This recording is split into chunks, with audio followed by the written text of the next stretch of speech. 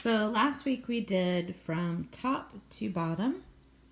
If you notice on here the watercolor pulls, that's the nature of watercolor, to have the pull at the bottom of your stroke.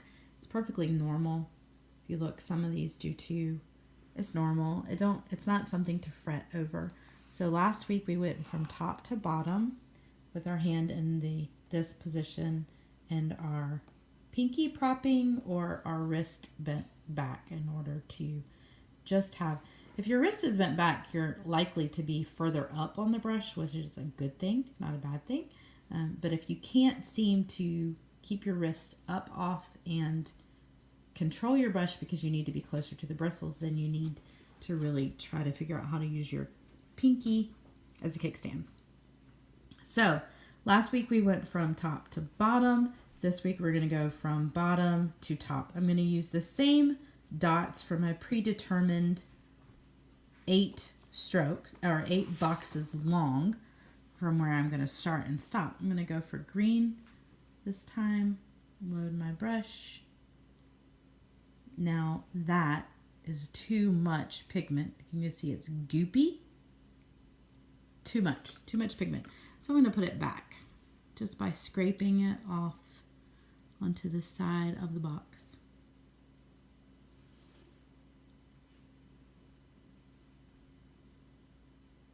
So that is better. You see it's more fluid. Another good thing to do is to put more water in, and then put, if you have too much pigment on there, let that water that you just added in pull the pigment out. But then you still might have too much water. And instead of wasting your color, your pigment on your paper towel, just scrape it back in and let it just fall back into your tray. Okay. So last week, again, we went from top to bottom. This week we're going to do 10. 1, 2, 3, 4, 5, 6, 7, 8, 9, 10 boxes. We're going to go from bottom to top.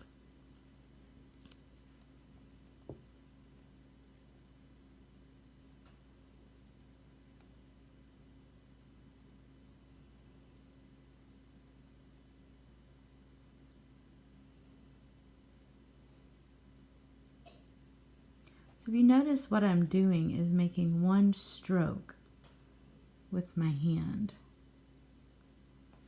I'm not making small strokes to get the distance. I'm making one stroke, one.